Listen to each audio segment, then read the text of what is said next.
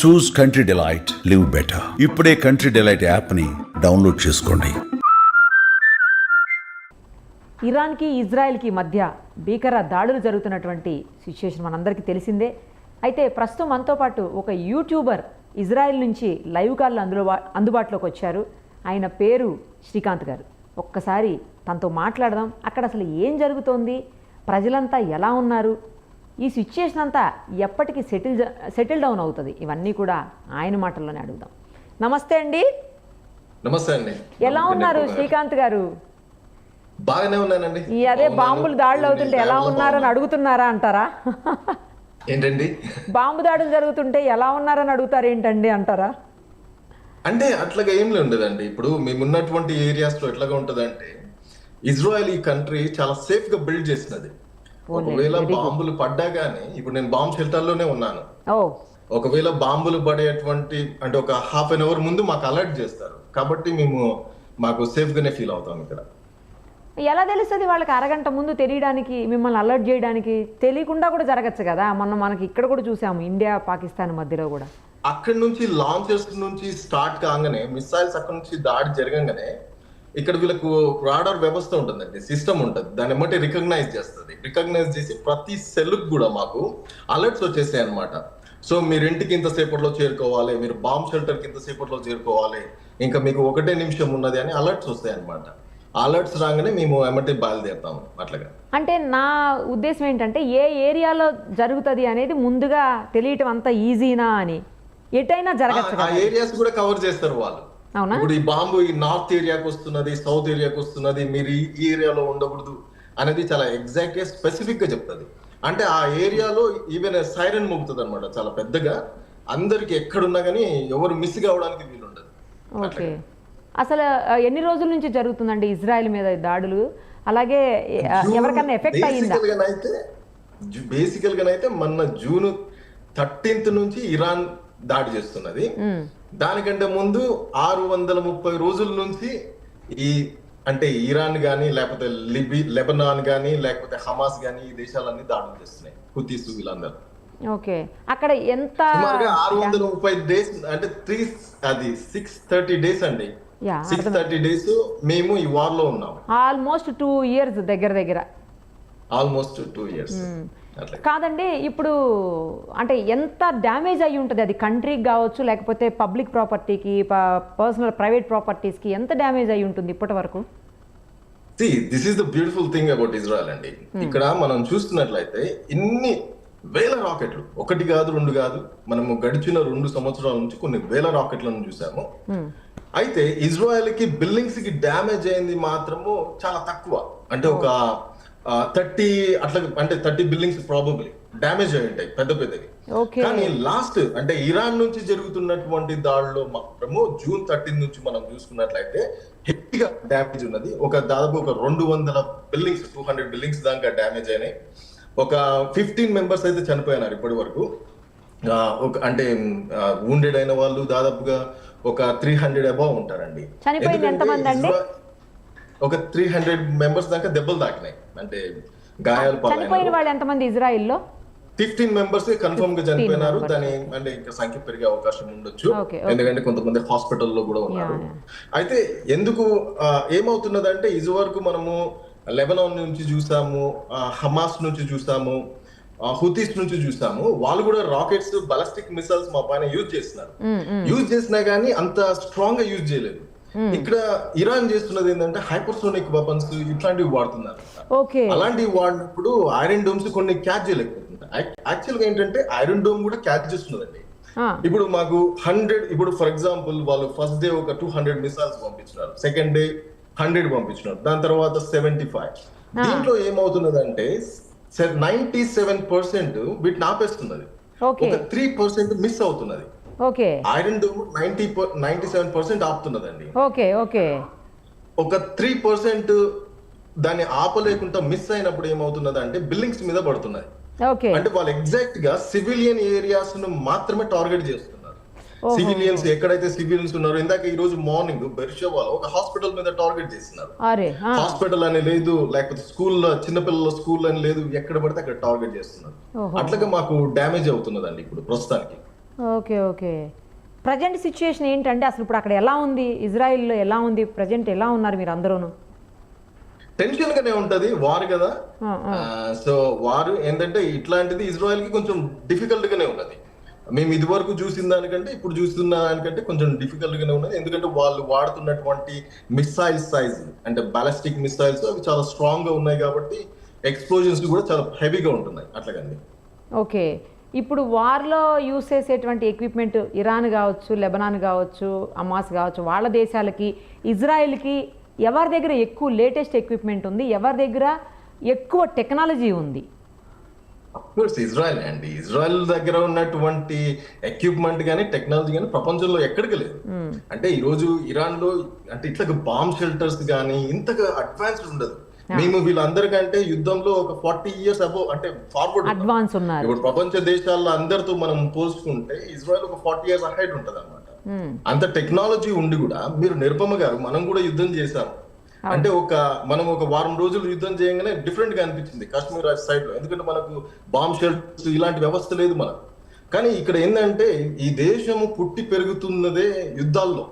So యుద్ధం ఎలాగ చేయాలో తెలుసు కాబట్టి వీళ్ళు చాలా ముందుగా ఆలోచించి వీటన్నింటినీ రెడీ చేస్తున్నారు అనమాట.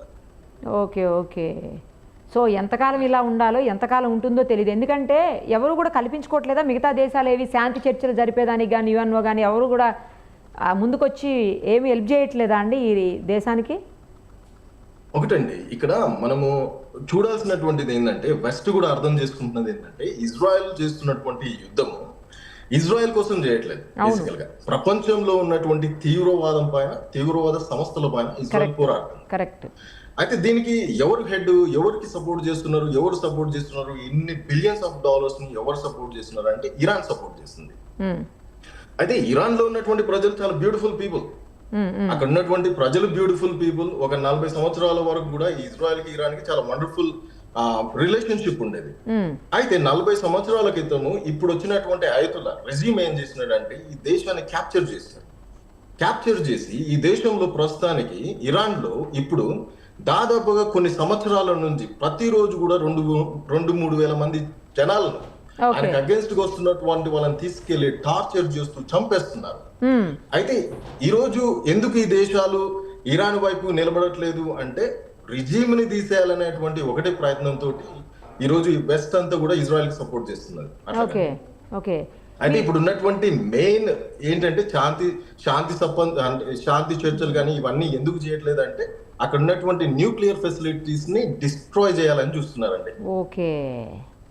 క్లియర్ చేసేస్తే మళ్ళీ ఇంకోసారి జోలికి రాకుండా ఉండాలి అంటే అవన్నీ కూడా డిస్ట్రాయ్ చేయాలి ఆ ఆలోచనలో. అవునండి. ఇప్పుడు ఇరాన్ కి న్యూక్లియర్ ఫెసిలిటీ ఉండడానికి వీలు లేదు, వాళ్ళకు అణుబాంబులు ఉండడానికి వీలు లేదు అని ఇజ్రాయెల్ చాలా ఖచ్చితంగా చెప్తున్నారు. ఎందుకు ఇజ్రాయెల్ ఖచ్చితంగా చెప్తున్నది అంటే ఇప్పటి నుంచి కాదండి 1990 నుంచి కూడా ఇరాన్ ప్రయత్నం చేస్తున్నది న్యూక్లియర్ బాంబును కలిగి ఉండడానికి. అప్పటి నుంచి ఇజ్రాయెల్ అపోజ్ చేస్తున్నది. అటు ఇరాక్ కావాలనుకున్నది, అదేవిధంగా ఇరాన్ కూడా కావాలనుకున్నది. దాన్ని అప్పటి నుంచి ఇజ్రాయెల్ అపోజ్ చేస్తున్నది. ఈవెన్ పాకిస్తాన్ కి అణుబాంబును ఉండడం కూడా ఇరాన్ అపోజ్ చేసింది. అయితే మన వాళ్ళు అప్పట్లో కాంగ్రెస్ గవర్నమెంట్ అంత స్ట్రాంగ్ గా దాన్ని అంటే అపోజ్ చేయలేదు. సో వాళ్ళు బిల్డ్ చేసుకున్నారు.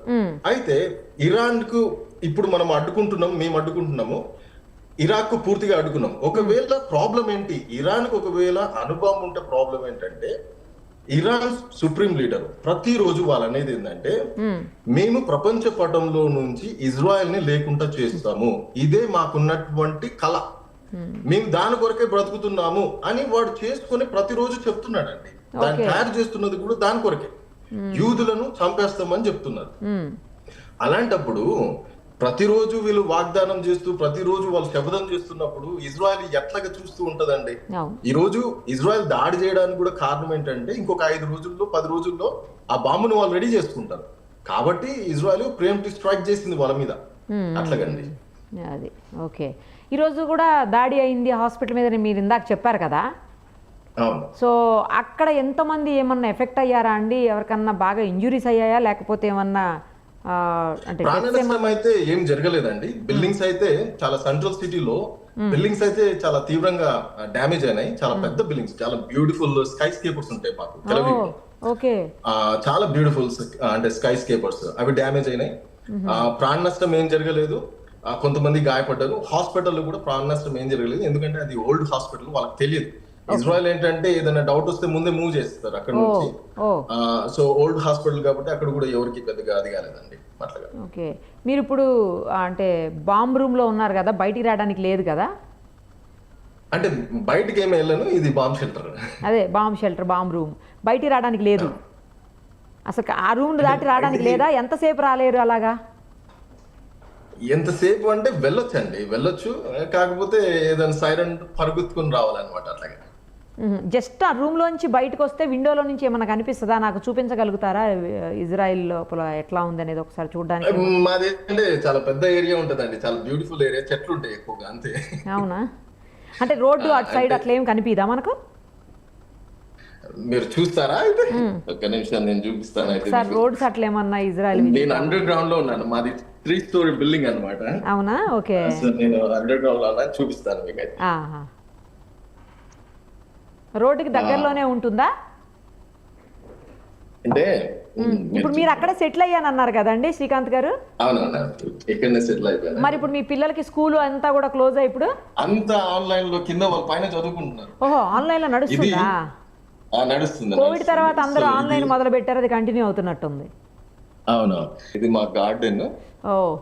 మా గార్డెన్ నుంచి బయటికి వెళ్తే ప్రాబబ్లీ అంటే ఒకవేళ మాకు చూడండి ఇది ఇట్లా ఉన్నది కదా. ఎస్, వెహికల్స్ కనిపిస్తున్నాయి నాకు. ఎస్, ఇదేంటంటే నన్ను ఏమంటే ఇది ఏముండేటువంటి అంటే ఇక్కడ కోర్టు లాయర్ పక్కన అన్నమాట, జడ్జి. ఓకే. ఒకవేళ కెమెరాస్ ఏదైనా చూసినా ఏమంటే ఆపేస్తారు. వచ్చేయండి అయితే, వద్దులేండి లోపలికి వచ్చేయండి, మాట్లాడుకోవచ్చు. సో ఇట్లా ఉంటదండి. ఓకే. ఇప్పుడు మీరు ఆ రోడ్ చూపించారు కదా నాకు, కార్స్ అవి ఉన్నాయి, అది పబ్లిక్ ప్లేస్ అండి కదా? అది మా పర్సనల్ కార్ పార్కింగ్ ప్లేస్ అండి. మీ personal car parking. Okay okay.